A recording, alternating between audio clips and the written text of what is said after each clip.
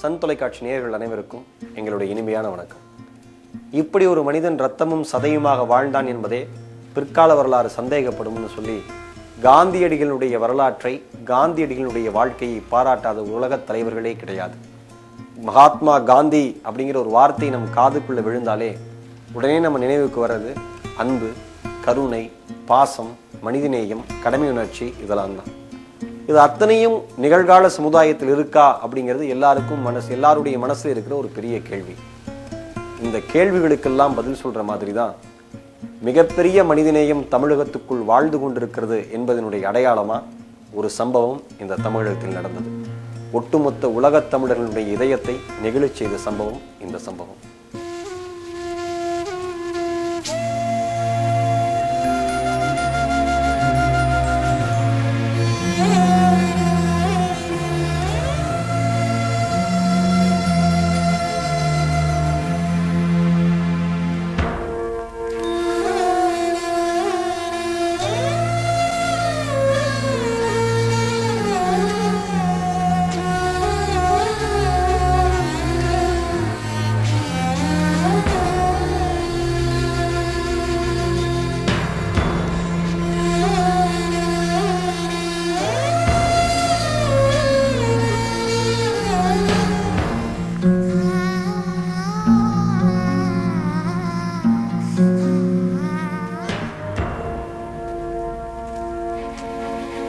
I've lost my son, my very loving son.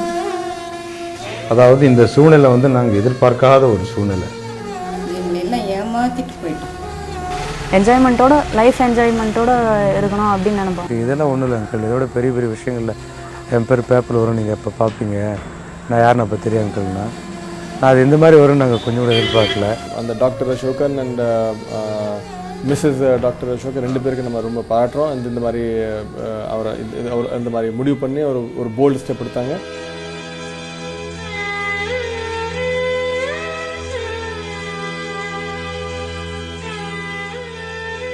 செங்கல்பட்டிற்கு அருகில் இருக்கிற திருக்கழுக்குன்றத்தில் 11ஆம் வகுப்பு படித்து வந்த இளைஞன் தன் வீட்டிற்கு அருகிலேயே நடந்த சாலை விபத்தில் மூளை செயலிழந்த நிலையில் மருத்துவமனையில் அனுமதிக்கப்பட்டான்.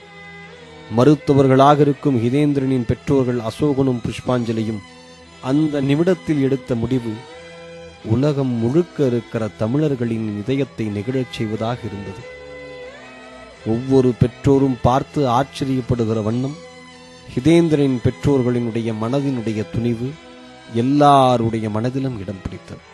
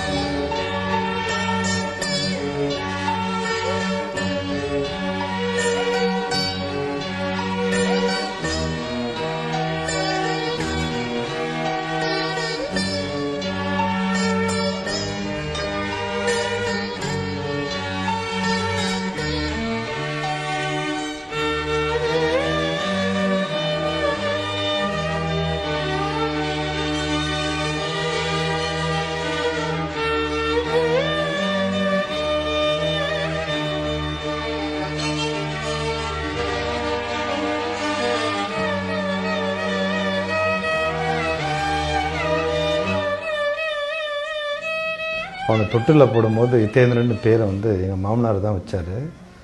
அவர் எங்கே பார்த்துட்டு வச்சாருன்னு எனக்கு தெரியல. பொதுவாகவே எனக்கு தமிழ் பேர் வைக்கணும்னு ரொம்ப ஆசை.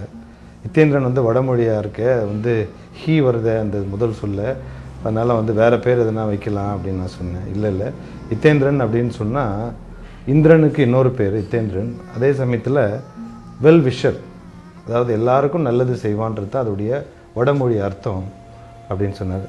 சரி, மாமனார் பேர் தட்டக்கூடாதுன்னுட்டு அதே பேர் வச்சுருங்கன்னு சொன்னார். அதுதான் ஹிதேந்திரன் அப்படின்னு இப்போ எழுதும் போது சில பேருக்கு உச்சரிக்கிறதும் கொஞ்சம் கஷ்டமாக இருக்கும், எழுதுறதும் பிழையோடு தான் எழுதுவாங்க.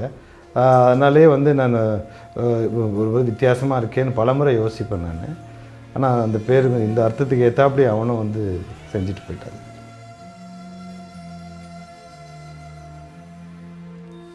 ஒவ்வொரு பெற்றோரும் தன் பிள்ளை இப்படி வர வேண்டும் அப்படி வர வேண்டும் என்று ஆசையாய்த்தான் வளர்க்கிறார்கள். ஹிதேந்திரின் பெற்றோர்கள் மட்டும் என்ன விதிவிலக்கா? ஆயிரம் கனவுகளை மனதிலே தேக்கி வைத்தபடி, தன் குழந்தையை அள்ளி அள்ளி அணைத்தபடி, ஆசை குழந்தைக்கு சோறூட்டியபடி, அவன் அழுகிற பொழுதெல்லாம் அவனுடைய அழுகையை தன் தோளிலே தாங்கியபடிதான் ஹிதேந்திரனை வளர்த்திருக்கிறார்கள். ஆனால் தாய் தந்தை என்கிற இதயத்தை சற்றே தள்ளி வைத்துவிட்டு மருத்துவம் என்கிற ஒரு மனித இதயத்தை கையிலே எடுத்தபடி அவர்கள் செய்த செயல் உலகம் முழுக்க இருக்கிற மனிதர்களினுடைய புருவங்களை உயர்த்தத்தான் செய்தது.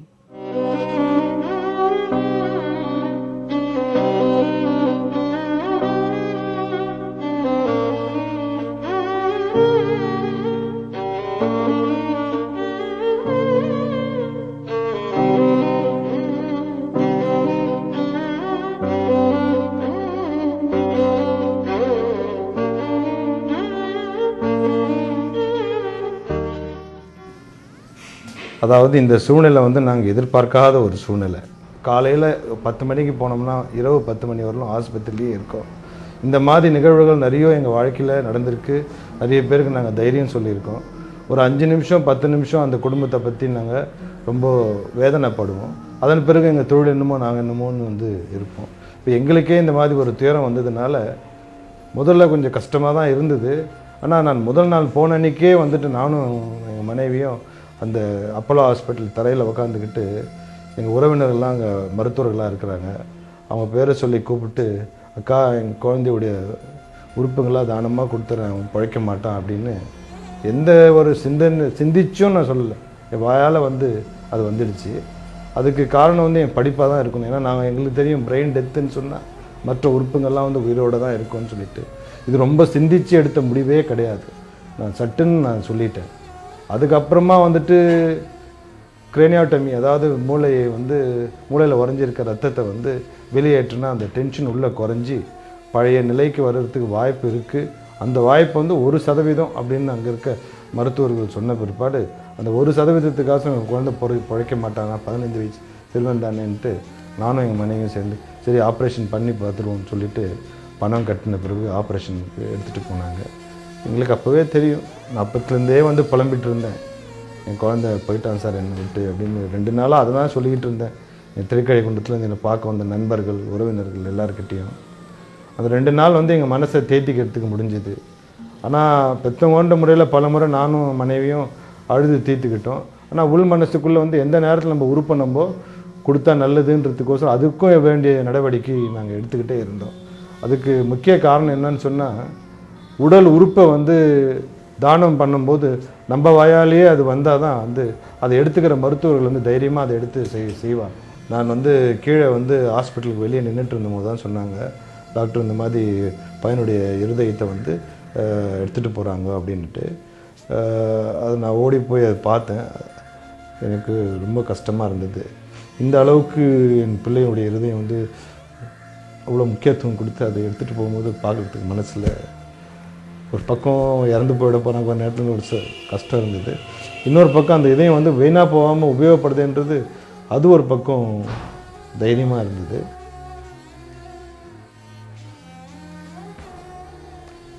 பத்து மாதம் வயிற்றிலே சுமக்கிற பொழுதே தன் மகனினுடைய இதய துடிப்பை கேட்டு மகிழ்ந்த அந்த தாய் மகனினுடைய இதயத்தையே தருவதற்கு முன்வந்தாள் என்றால், ஒரு பக்கம் மகனினுடைய இறப்பு, இன்னொரு பக்கம் இன்னொரு குழந்தையினுடைய மறுபிறப்பு. அந்த தாயினுடைய அந்த நிமிட தருணங்கள் எப்படி இருந்திருக்கும் தெரியல. நான் வந்து அவனை என்னால் பார்க்க முடியல. அப்படி வித் ஆல் அந்த டியூப்ஸோட ஒரு உணர்ச்சியே இல்லாமல் எவ்வளோ கூப்பிட்டாலும் அந்த சென்சேஷனே இல்லாமல் இருந்தான். இது 3rd டே பார்த்து முடியல. டாக்டர்ஸ் அன்னைக்கு சண்டேயோட மண்டே வந்து ஃபேஸ் எல்லாம் வீங்கினே போச்சு. ஸோ டாக்டர் இதுக்கு மேலே வச்சு இந்த metabolic acidosis lot of side effects வந்துச்சு. பிபி ஜாஸ்தி ஆகிடும், சோடியம் ஜாஸ்தி ஆயிடுச்சு. ஸோ அவனுக்கு பிரெயின் எடிமா குறையறதுக்கு மேனிட்டால் குடிக்க முடியல.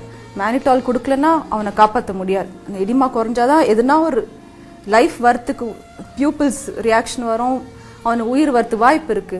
மேனிடால கொடுக்க முடியல, அப்போது there's no சான்ஸ்.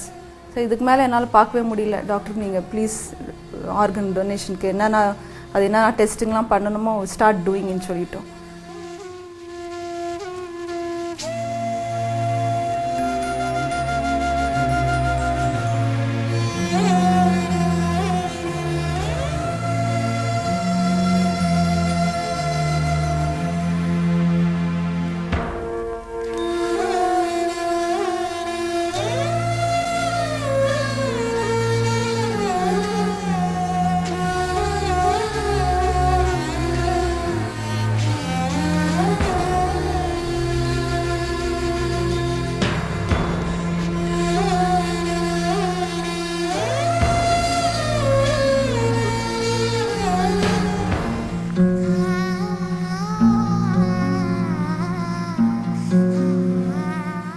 ஹிதேந்திரன் வீட்டிற்கு ஒரே ஒரு மகன் மட்டுமல்ல, அவனுடைய தம்பி லட்சுமணனும் இருக்கிறான்.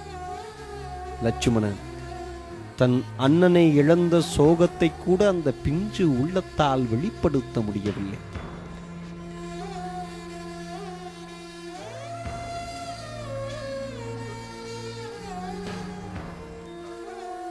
உன்னை பற்றி தெரிய வேண்டுமா, உன்னுடைய நண்பர்களை காட்டு என்பார்கள். ஹிதேந்திரனுக்கும் நண்பர்கள் ஏராளம் ஏராளம். தன் நண்பனை பறிகொடுத்த சோகத்தை யாரிடம் சொல்வது என்று தெரியாமல் எல்லா நண்பர்களும் திக்கித்து நிற்கிறார்கள்.